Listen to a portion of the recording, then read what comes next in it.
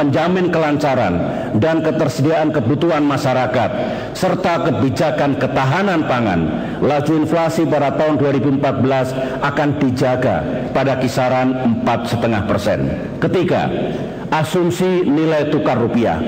Melalui kebijakan moneter yang berhati-hati, kita menjaga stabilitas ekonomi dan stabilitas tingkat nilai tukar rupiah yang realistis. Untuk tahun 2014, kita menggunakan asumsi rata-rata nilai tukar adalah 9.750 rupiah per dolar Amerika Serikat. Keempat, asumsi suku bunga. Pemerintah akan terus menjaga kesehatan fundamental ekonomi dan fiskal agar instrumen surat utang negara tetap memiliki daya tarik yang tinggi bagi investor. Terkait dengan hal itu, asumsi rata-rata suku bunga surat perbendaharaan negara SPN 3 bulan disusun pada tingkat 5,5%. Kelima, asumsi harga minyak mentah Indonesia atau ICP.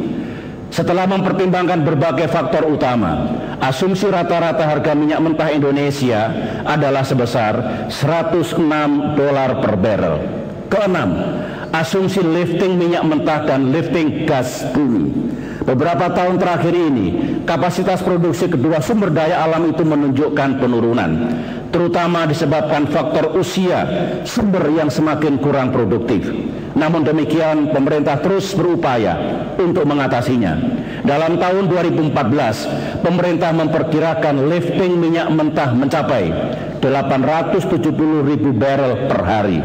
Sementara lifting gas bumi mencapai 1.240.000 barrel setara minyak per hari. Hadirin sekalian yang saya muliakan, seperti telah saya singgung sebelumnya, RAPBN tahun 2014 sebagai instrumen kebijakan fiskal akan kita arahkan secara maksimal untuk mencapai sasaran-sasaran RPJMN 2010-2014. Seperti kita ketahui, visi pembangunan yang tertuang dalam RPJMN 2010-2014 adalah mewujudkan Indonesia yang lebih sejahtera, lebih demokratis, dan lebih berkeadilan. Upaya-upaya ke arah itu kita lakukan melalui pelaksanaan 4 strategi utama, yaitu pembangunan yang pro pertumbuhan, pro lapangan pekerjaan, pro pengurangan kemiskinan, serta ramah lingkungan. Kebijakan pembangunan dalam tahun 2014 telah dijabarkan secara rinci dalam RKP tahun 2014 yang menjadi dasar dalam penyusunan RAPBN tahun 2014 ini. Seperti yang telah disepakati bersama Dewan Perwakilan Rakyat, tema RKP tahun 2014 adalah memantapkan perekonomian nasional bagi peningkatan kesejahteraan rakyat yang berkeadilan. RKP tahun 2014 yang kita susun juga tetap sejalan dengan Master Plan Percepatan dan Perluasan Pembangunan Ekonomi Indonesia MP3EI 2011-2025 yang bertujuan untuk mendorong pusat-pusat pertumbuhan ekonomi di seluruh tanah air. Tak hanya meningkat, pertumbuhan ekonomi juga harus inklusif dan berkeadilan. Untuk itu juga telah ditetapkan Master Plan Percepatan dan Perluasan Pengurangan Kemiskinan Indonesia atau MP3KI 2012-2025 yang merupakan upaya komprehensif untuk penanggulangan kemiskinan di negeri kita. Seperti tahun-tahun sebelumnya, pokok-pokok kebijakan fiskal tahun 2014 meliputi 3 bidang utama, yaitu kebijakan pendapatan negara, kebijakan belanja negara, dan kebijakan pembiayaan. Kebijakan pendapatan negara terutama akan kita arahkan untuk mendorong optimalisasi pendapatan negara dengan tetap menjaga iklim investasi dan keberlanjutan dunia usaha. Kebijakan pendapatan negara itu meliputi langkah-langkah antara lain penyempurnaan peraturan perpajakan untuk lebih memberi kepastian hukum serta perlakuan yang adil dan wajar, penyempurnaan sistem administrasi perpajakan untuk meningkatkan kepatuhan wajib pajak, perluasan basis pajak termasuk kepada sektor-sektor yang selama ini tidak terlalu banyak digali potensinya, penyempurnaan kebijakan insentif perpajakan untuk mendukung iklim usaha dan investasi, dan penguatan penegakan hukum bagi penghindar pajak. Kebijakan pendapatan negara juga meliputi langkah-langkah pengelolaan sumber-sumber non-pajak. Langkah-langkah itu mencakup optimalisasi penerimaan negara bukan pajak atau PNBP dari sumber daya alam. Hal ini dilakukan dengan tetap memperhatikan kesinambungan produksi dan kelestarian lingkungan hidup. Selain itu, pemerintah juga melakukan upaya optimalisasi penarikan dividen BUMN dengan mempertimbangkan kebutuhan belanja modal BUMN, serta optimalisasi pengelolaan dan pengawasan PNBP Kementerian Negara dan Lembaga. Dalam era APBN tahun 2014, pendapatan negara direncanakan mencapai 1.662,5 triliun rupiah. Jumlah ini naik 10,7% dari target pendapatan negara pada APBNP tahun 2013 yang sebesar 1.502 triliun rupiah. Sementara itu, anggaran belanja negara direncanakan mencapai 1.816,7 triliun rupiah, naik 5,2% dari pagu belanja negara pada APBN tahun 2013 APBNP tahun 2013 yang sebesar 1.726,2 triliun. Dari anggaran pendapatan negara 1.662,5 triliun rupiah, penerimaan perpajakan direncanakan mencapai 1.310,2 triliun, naik 14,1% dari targetnya dalam APBNP tahun 2013 sebesar 1.148,4 triliun. Dengan total penerimaan perpajakan sebesar itu, maka rasio penerimaan perpajakan terhadap PDB atau tax ratio mengalami peningkatan dari 12,2% di tahun 2013 menjadi 12,6% di tahun 2014. Sedangkan tax ratio dalam arti luas yang mempertimbangkan pajak daerah dan penerimaan sumber daya alam telah mencapai 15,5%. Dari sisi belanja, dalam era APBN tahun 2014 ini, pemerintah berupaya untuk terus meningkatkan kualitas belanja negara secara menyeluruh. Untuk itu, pemerintah menggariskan langkah-langkah sebagai berikut. Pertama, mempertajam alokasi belanja untuk mendukung pembangunan infrastruktur, penciptaan kesempatan kerja, dan pengentasan kemiskinan. Tidak hanya itu, alokasi belanja juga diarahkan agar mendukung pembangunan yang inklusif, berkelanjutan, dan ramah lingkungan. Kedua, melakukan penghematan terhadap kegiatan-kegiatan yang kurang produktif, seperti biaya perjalanan dinas, kegiatan rapat kerja, workshop, seminar, dan kegiatan yang sejenis. Ketiga, menyempurnakan kebijakan subsidi, diantaranya dengan mengubah secara bertahap sistem subsidi dari subsidi harga menjadi subsidi yang lebih tepat sasaran. Keempat, memperluas pelaksanaan reformasi birokrasi. Hal ini dilakukan melalui penataan organisasi, penyempurnaan proses bisnis, dan peningkatan kualitas serta kompetensi sumber daya manusia. Tentu semua itu juga harus didukung dengan pemberian remunerasi yang lebih baik. Kelima, menerapkan sistem reward and punishment dalam pengalokasian anggaran. Bagi kementerian negara dan lembaga serta daerah yang dapat mengelola anggaran dengan baik akan diberikan tambahan alokasi anggaran. Sebaliknya, alokasi anggaran akan dipotong untuk kementerian dan lembaga serta daerah yang tidak mampu mencapai sasaran. Saya menyadari bahwa salah satu kendala di dalam kebijakan belanja negara adalah proses pencairan dan penyerapannya. Untuk mengatasi hal itu, maka telah dibuat langkah untuk penyederhanaan prosedur dan persiapan yang lebih matang dalam perencanaan anggaran. Dengan langkah ini, proses penyerapan anggaran diharapkan dapat dilakukan secara lebih dini. Tentu hal ini dilakukan tanpa mengorbankan tata kelola pemerintahan yang baik.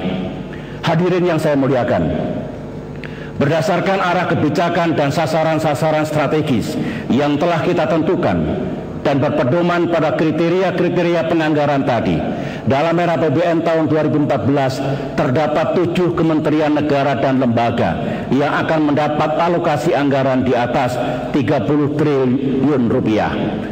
Ketujuh kementerian dan lembaga itu adalah Kementerian Pertahanan dengan alokasi anggaran sebesar 83,4 triliun, Kementerian Pendidikan dan Kebudayaan 82,7 triliun rupiah, Kementerian Pekerjaan Umum 74,9 triliun rupiah, Kementerian Agama 49,6 triliun rupiah, Kementerian Kesehatan 44,9 triliun rupiah, Kepolisian Negara Republik Indonesia 41,5 triliun rupiah, dan Kementerian Perhubungan 39,2 triliun rupiah. Selanjutnya, marilah kita melihat rancangan anggaran belanja ini secara lebih rinci. Dalam era APBN tahun 2014, alhamdulillah kita dapat memenuhi amanat konstitusi untuk mengalokasikan anggaran pendidikan sebesar 20% dari APBN.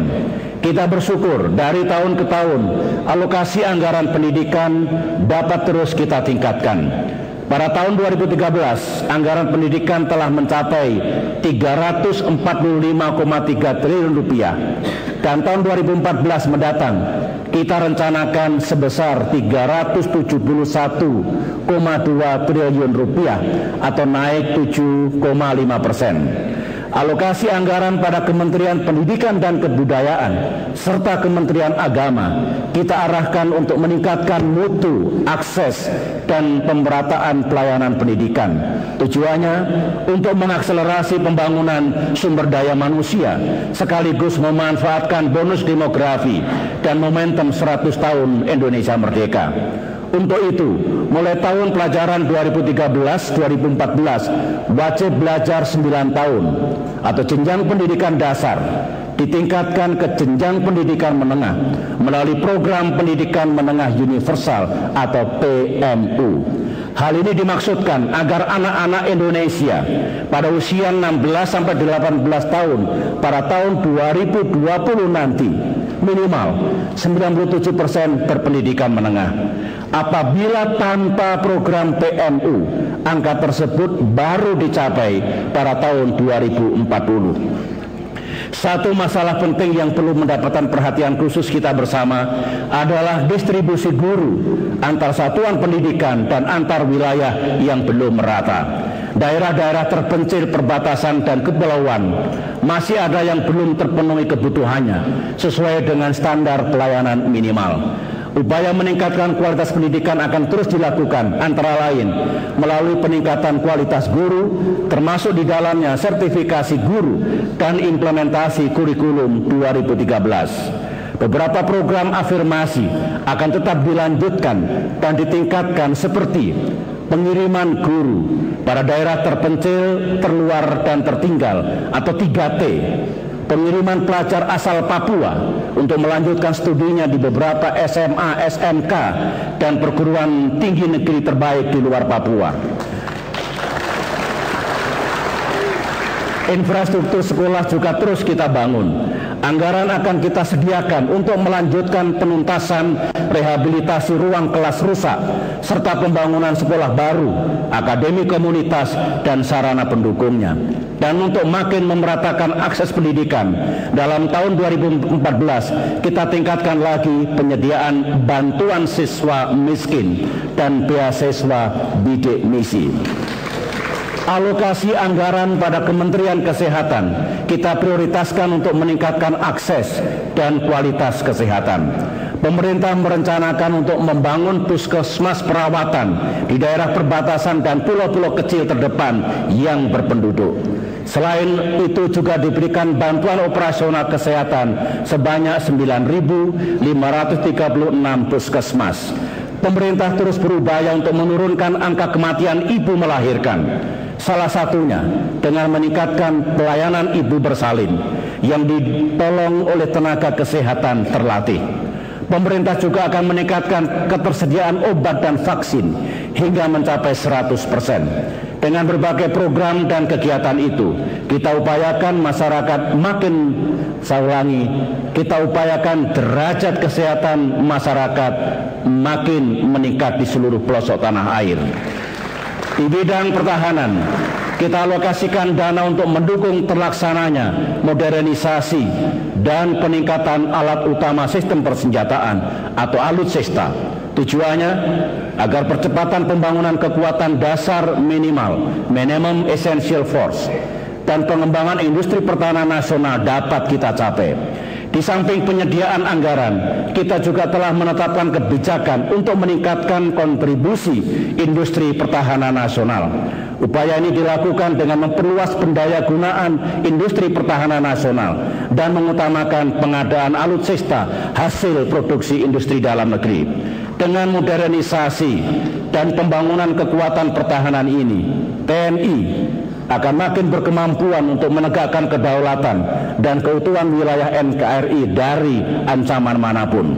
Generasi dan teknologi persenjataan kita juga tidak tertinggal dibandingkan negara-negara lain, termasuk negara-negara tetangga kita. Tidak kalah pentingnya dengan pertahanan negara, prioritas alokasi anggaran untuk kepolisian negara Republik Indonesia juga kita prioritaskan. Alokasi ini kita tujukan untuk peningkatan rasa aman dan ketertiban masyarakat melalui pelaksanaan reformasi Polri. Anggaran juga kita sediakan untuk memenuhi fasilitas, sarana dan prasarana, serta peralatan Polri untuk meningkatkan kemampuan pengamanan di daerah-daerah hingga pelosok-pelosok. Selain itu, kita juga meningkatkan rasio polisi dengan jumlah penduduk sebesar 1:575 yang dilaksanakan antara lain dengan menambah jumlah personil Polri sebanyak 20.350 personil pada tahun 2014 mendatang. Dalam tahun 2014 akan kita penuhi persentase alat utama dan alat khusus kepolisian secara bertahap yang direncanakan mencapai 41%. Dengan pembangunan ini diharapkan Polri dapat menjalankan tugas-tugas pemeliharaan keamanan dan ketertiban masyarakat dengan lebih baik lagi. Saudara-saudara, kita menyadari bahwa pembangunan infrastruktur masih jauh dari sempurna. Ini sering kita rasakan menjadi penghambat berbagai peningkatan kegiatan ekonomi dan sosial di tanah air. Untuk mengatasi itu, sejumlah proyek infrastruktur berskala besar sedang dikerjakan di berbagai wilayah tanah air, termasuk perluasan beberapa bandara dan pelabuhan berikut fasilitas pendukungnya, juga jalan tol dan ruas rel ganda. Dua kementerian yang sangat berperan di bidang pembangunan infrastruktur adalah Kementerian Pekerjaan Umum dan Kementerian Perhubungan. Dalam tahun 2014, alokasi anggaran bagi Kementerian Pekerjaan Umum kita prioritaskan pada pembangunan konektivitas nasional melalui pembangunan jalan. Dalam tahun 2014 mendatang, kita akan lanjutkan peningkatan kapasitas jalan lintas Sumatera, Jawa, Bali, Kalimantan, Sulawesi, Nusa Tenggara Barat, Nusa Tenggara Timur, dan Papua sepanjang 3.854,3 km. Kita juga akan melakukan preservasi jembatan sepanjang 329,9 km. Anggaran juga disediakan bagi pembangunan infrastruktur irigasi dan waduk dalam rangka mendukung ketahanan pangan dan air bersih. Penyelesaian pembangunan prasarana pengendalian banjir, antara lain di daerah aliran Sungai Bengawan Solo dan Kanal Banjir Timur, serta pembangunan rumah susun beserta infrastruktur pendukungnya. Alokasi anggaran pada Kementerian Perhubungan juga kita prioritaskan untuk pembangunan konektivitas nasional melalui transportasi darat, laut, dan udara. Alokasi anggaran kementerian ini disinergikan erat dengan rencana investasi BUMN terkait sehingga dapat meningkatkan kapasitas pelayanan transportasi di masing-masing sektor. Selain 7 kementerian negara dan lembaga yang mendapat alokasi anggaran yang dominan di atas, terdapat sejumlah kementerian negara dan lembaga yang memperoleh pagu alokasi anggaran yang cukup signifikan, termasuk Kementerian Pertanian. Untuk Kementerian Pertanian dialokasikan 15,5 triliun rupiah, terutama untuk meningkatkan produksi dan produktivitas pertanian dan mutu produk pertanian. Kementerian lain yang memperoleh alokasi yang cukup signifikan adalah Kementerian Dalam Negeri, yaitu sebesar 14,18 triliun. Anggaran ini diarahkan terutama untuk meningkatkan kemandirian masyarakat perdesaan melalui program-program nasional pemberdayaan masyarakat atau PNPM. Sejalan dengan arah kebijakan dan prioritas belanja kementerian negara dan lembaga, alokasi belanja modal di tahun 2014 direncanakan mencapai 205,8 triliun rupiah atau naik 6,9% dari pagu dalam APBNP tahun 2013. Alokasi anggaran belanja modal kita prioritaskan untuk mendukung ketahanan energi, ketahanan pangan, dan keterhubungan domestik, serta upaya mitigasi dan adaptasi terhadap dampak perubahan iklim. Dalam menunjang program ketahanan energi, alokasi belanja negara juga disesuaikan dengan rencana investasi BUMN terkait. Untuk mendukung terpenuhinya kebutuhan tenaga listrik dan meningkatnya rasio elektrifikasi, akan dibangun tambahan pembangkit listrik dan sarana pendukungnya. Kita sadar bahwa penggunaan energi alternatif harus didorong. Untuk itu, dalam hal ini konversi penggunaan gas, akan dibangun perluasan jaringan gas dan sambungan rumah yang teraliri gas bumi melalui pipa, serta pembangunan kilang mini plant atau kilang mini plant LPG.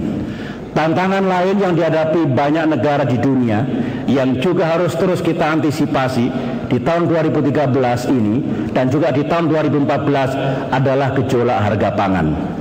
Fluktuasi harga pangan dapat terjadi karena gejolak ekonomi global dan faktor domestik seperti perubahan iklim.